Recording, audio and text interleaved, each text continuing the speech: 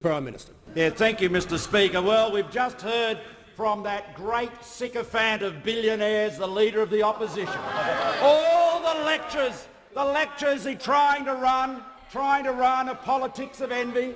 When he was a regular dinner guest at Raheen, always there with Dick Pratt, sucking up to Dick Pratt. Did he knock back the Cristal? I don't think so. There was never a union leader in Melbourne that tucked his knees under more billionaires' tables than the Leader of the Opposition. He lapped it up. Oh yes, he lapped it up. Members on my he right. was such a sycophant, a social climbing sycophant, if ever there was one. There has never been a more sycophantic leader of the Labor Party than this one, and he comes here and poses as a tribune of the people. He, like Harbourside Mansions, he's yearning for one. He's yearning to get into Kirribilli House. You know why? Because somebody else pays for it. And just like he loved knocking back Dick Pratt's Cristal, justly look forward to living in luxury at the expense of the taxpayer. This man is a parasite. He has no respect for the taxpayer. He has no respect for the taxpayer any more than he has respect for the members of the Australian Workers' Union. He betrayed again and again. He sold them out. He sold them out. Some of the lowest paid workers in Australia, cleaners working at Clean Event, he sold out their penalty rates, and what did they get? They got nothing. But what did the union get? Cash money, payments. He sold them out in return for a payment to the union. That's what he did when he was their representative. And what does he do now? What does he do now as Leader of the Opposition? He is selling out the jobs of Australian workers. Every day he perseveres with his ludicrous policies on energy, which will have the result of further unsustainable increases in the cost of electricity. Now, I think I've seen more members of the AWU lately than he has. I saw them at Portland Aluminium, and they know that their jobs depend on affordable electricity, and they know that with the closure of Hazelwood and the crazy policies of the Victorian Labor government, supported by the policies of the Leader of the Opposition, they know that their livelihoods are at risk. And where is the champion of the AWU now? He's here in Canberra. He's here in Canberra selling them out just like he sold out the workers at Clean Event. He has no interest in standing up for those workers. And Mr Speaker, I was also at Viridian Glass, also members of the Australian Workers' Union there. Viridian Glass's biggest element in its cost, the most volatile element in its cost, is the cost of energy, the cost of gas. It is becoming unaffordable. They moved their plant from New South Wales to Victoria. They closed their plant in New South Wales because energy was too expensive. They consolidated in Victoria, and now, thanks to the Labor Party's energy policies, driven by ideology, that too is put at risk. That is the reality. That is the front line where members of the Australian Workers' Union and many other unions find themselves today. The Labor Party cannot keep living in a parallel universe where you can preach ideological energy policies without any regard to how you are going to deliver reliable, affordable energy, and yes, meet your emission reduction targets, but meet the responsible ones we entered into in Paris, not just doubling it for no return from any other country. This is ideology. They call themselves the Labor Party. Well, Mr Speaker, manual labour's a Mexican bandit as far as they're concerned. Most of them have never done a day's work in their lives. I'm old enough to remember when the Labor Party's benches were filled with union officials who'd actually worked. Nowadays, look at the serried ranks of apparatchiks and political hacks.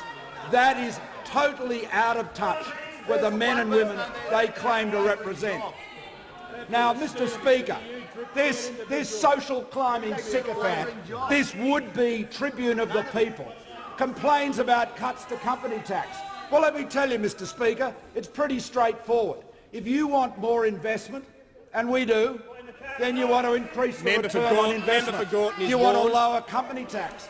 And that has been the consistent policy of governments of both political persuasions for many years.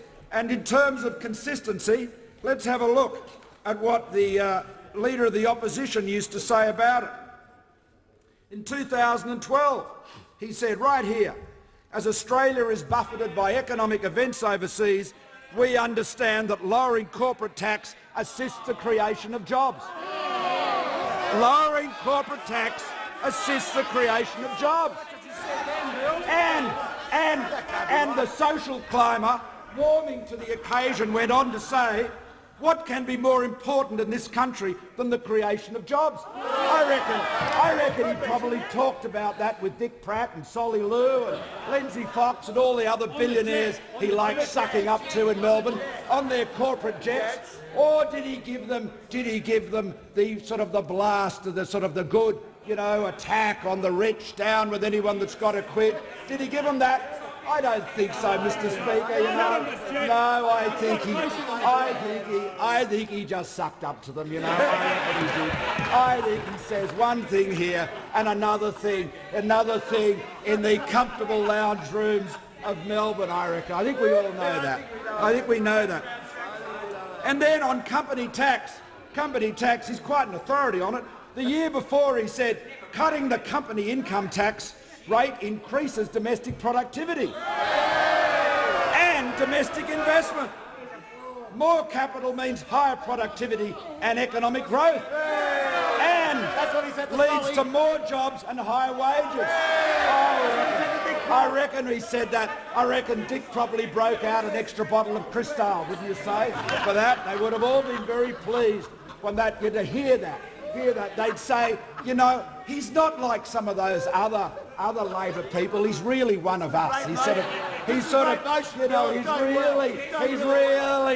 really on side. He's really on side. But now, of course, he's a wholly owned subsidiary of some very left-wing unions, and he has shifted, and he will say whatever suits his purpose from day to day. No consistency, no integrity.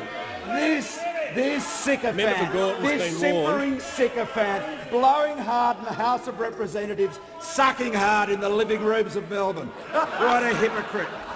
And Mr. Speaker, he said, going on to company tax, he said in 2012, he said, any student of Australian business and economic history since the mid-80s, so that would include Dr. Lee, I reckon, knows part of Australia's success was derived through the reduction in the company tax rate. Yeah, that's what did it. That's what did it.